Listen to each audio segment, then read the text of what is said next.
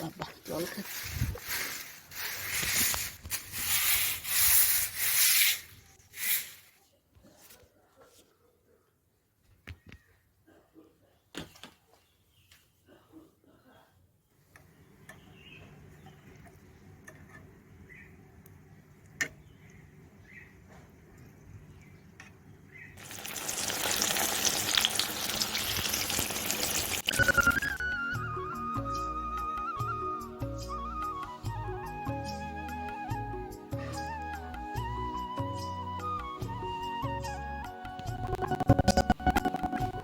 শুভ সকাল বন্ধুরা, কেমন আছেন?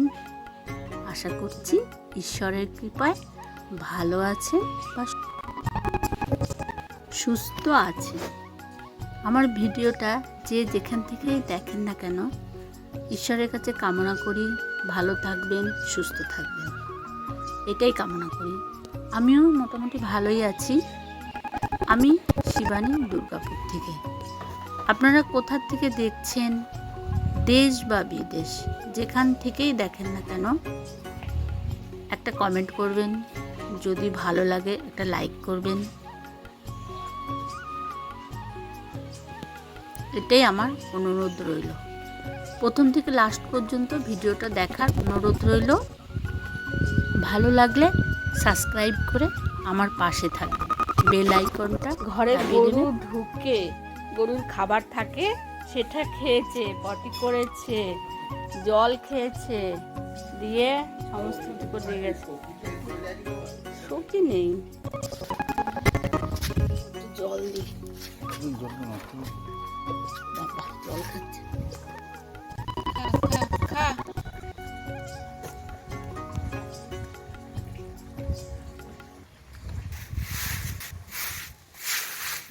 গরুটা ঘরে ঢুকেছিল, ঢুকে এখানে পটি করে দিয়ে গেছে। আর আমাদের উঠোনটার এই সামনেটায় না একদম ওই সেই কেঁচো পোকাগুলো মাটি উঠিয়ে উঁচু উঁচু নিচু নিচু করে দিয়েছে।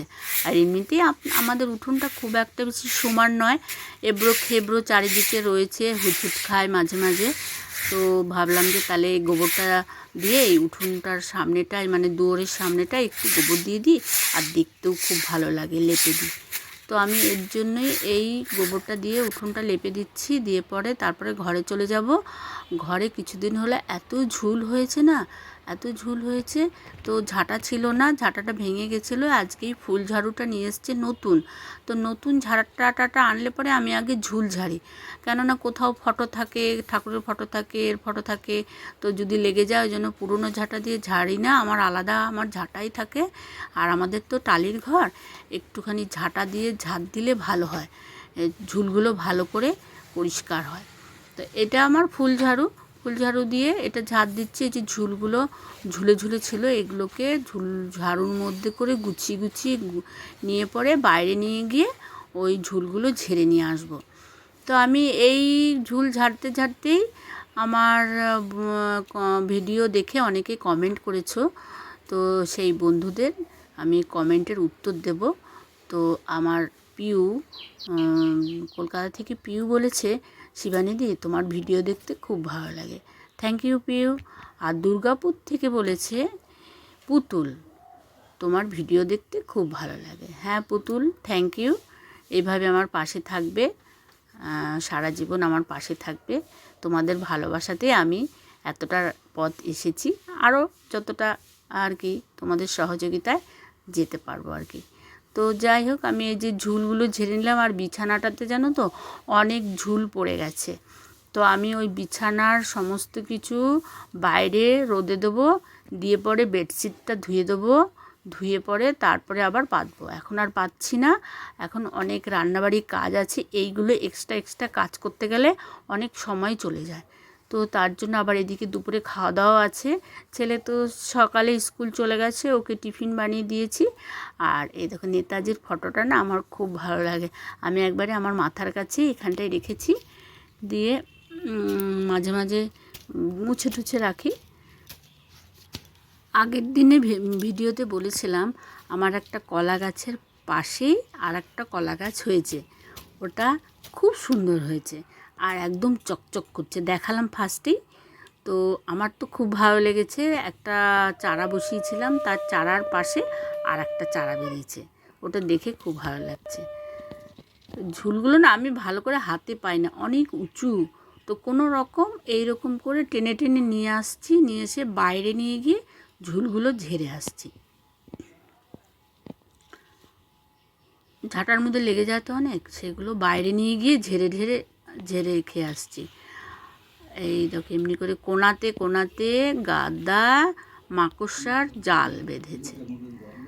বাজার নিয়ে এসেছে, বাজার গেছিলো, যা জিনিসের দাম দিয়ে বাজারে সেরকম কিছু জিনিস পাইনি। আজকে তো দামোদরে যায়ও নি, আজকে অন্য কাজে ব্যস্ত ছিল। তো মাছের তেল পেয়েছে, মাছের তেলগুলো নিয়ে এসছে। এগুলো আমি ধুয়ে ভালো করে ধুয়ে নিয়ে তারপরে আমি চান করে তারপরে রান্নাঘরে যাব। এখন আমি এগুলো পরিষ্কার করব। এইগুলো পরিষ্কার করতে গেলে অনেক গায়ে ছিটকা পড়ে, গন্ধ হয়ে যায় গাটা। তো ওই জন্য এই নোংরা কাজগুলো আগে করে নেব।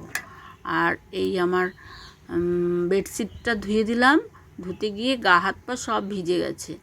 তো এখন ভাবছি যে তাহলে আমি এই মাছটা আগে ধুয়ে নিই, মাছটা ধুয়ে নেব। মাছ আনিনি অবশ্য, মাছের তেল নিয়ে এসছে, তো ওইটাই আমি রান্না করব। আর নিয়ে এসছে আম। আমি স্নান টান করে চলে এলাম। 25 rupees per kilo। বাবা, এগুলো তো মনে হচ্ছে পেকে যাবে। বললো তো রেখে দিলেই পেকে যাবে, গাছ থেকে পেকে যাবে।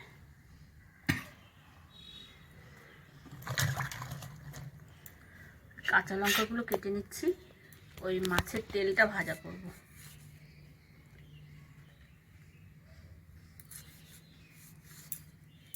আর ঢ্যাঁড়স ভাজা করব। ভিজিয়ে নিলাম, কাটবো।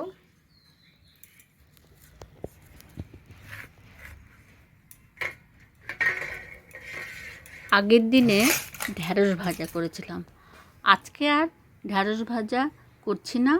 আজকে করব ঢ্যাঁড়স সর্ষে দিয়ে। ঢ্যাঁড়সগুলো 2-3 বার ধুয়ে নিলাম। ঢ্যাঁড়স বলতে অনেকে ঢ্যাঁড়স বলে, অনেকে ভেন্ডি বলে, তো আমার যখন যেটা মনে আসে তখন সেটা বলি। ঢ্যাঁড়সগুলো 2-3 বার ধুয়ে নিলাম। ফার্স্টে ধুয়ে নিয়ে এরকম পিস পিস করে একটা ঢ্যাঁড়সে 2টো টুকরো করব। দিয়ে পরে এগুলো আর কয়েকটা পটল ভাজা করে নিই। রান্না সেরকম কিছু করছি না, আজকে ঝুল ঝেড়েছি, উঠান লেপেছি, অনেক এক্সট্রা বাড়ির কাজ হয়েছে, ওর জন্য বেশি কিছু রান্না করছি না আজকে। এই পটল ভাজা, ঢ্যাঁড়স চচ্চড়ির জন্য একটু সর্ষেও বেটে নেবো। কালো জিরে কাঁচা লঙ্কা ফোড়ন দিয়ে বসিয়ে দিয়েছি।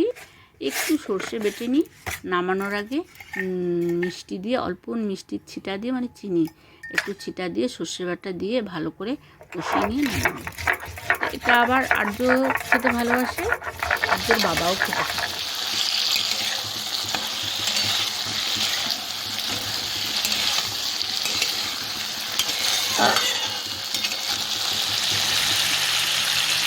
আর ইলিশ মাছের তেলটা আমি কালো জিরে কাঁচা লঙ্কা ফোড়ন দিয়েছি, অনেকটা কালো জিরে দিয়ে একটু একটু ভেজে ভেজে নেবে। এর মধ্যে আবার মাছের ডিম আছে।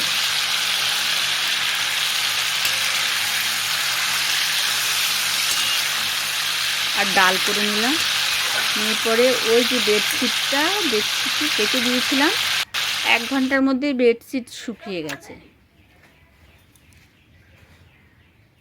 কেচে দিলাম, আবার শুকিয়েও, এবার পেতে দেবো। ঝুল ছেড়েছিলাম, ঝুল পড়েছিল, গাদা ঝুল।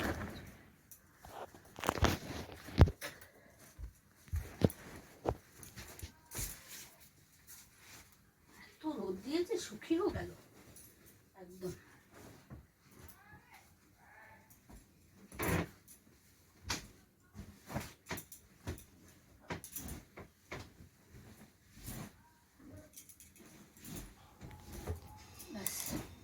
বেডশিটটা সুন্দর করে পেতে নিলাম, নিয়ে পর এদিকে রান্নাবাড়ি হয়ে গেছে। এবারে আমরা সবাই মিলে একসঙ্গে খেতে বসবো। তো ফার্স্টে আর্য পায়েলের বাবাকে খেতে দিলাম, তারপরে আমি আর্য, ও তো স্কুল থেকে এলো, এসে স্নান করতে ঢুকেছে, ও আর আমি তারপরে খাবো। তারপরে খাবার দাবার হয়ে গেছে, খাওয়া শেষ। দিয়ে পরে এবারে মুরগিটা ওইদিকে আছে, মুরগি যে ভাতগুলো ছিল এক্সট্রা, আরও কিছুটা ভাত নিয়ে নিলাম। সবার পাতে পাতে যা ভাত ছিল তার সাথে আরও কিছুটা ভাত নিলাম, দিয়ে মুরগিগুলোকে খেতে দেবো। চলো দেখবি মুরগিগুলো কেমন ছটফট ছটফট করবে। কেমন লাফাচ্ছে। খাওয়ার জন্য আমাকে দেখলে আরও ছটফট করে। দাঁড়া দাঁড়া দাঁড়া।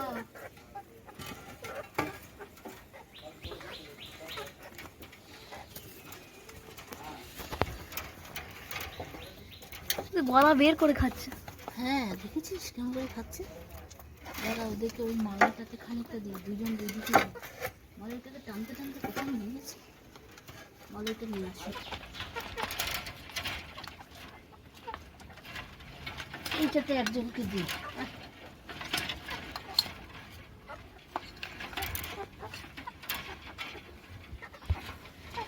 ডালের থাকবে মানে কাছে নেই।